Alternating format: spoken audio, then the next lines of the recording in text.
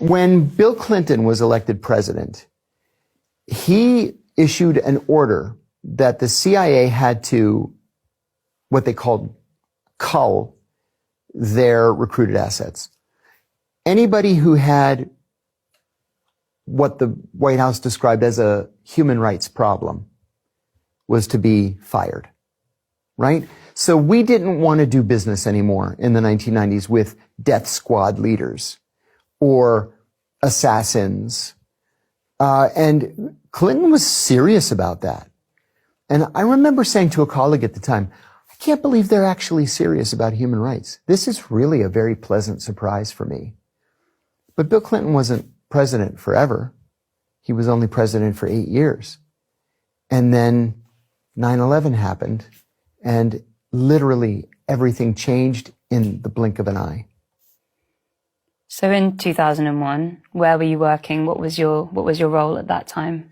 In 2001, I had just returned from my first overseas operational tour in Athens. And I was working in headquarters, and my job was to train Middle Eastern intelligence services in how to carry out counterterrorism operations. And so I had to go to the White House on the morning of September 11th, 2001, with the director of the CIA's Counterterrorism Center, Ambassador Cofer Black. And I walked over to his office to tell him that our car was ready to take us to the White House. And when I got there, his secretary had a small TV on her desk because you couldn't watch TV on your computers back then.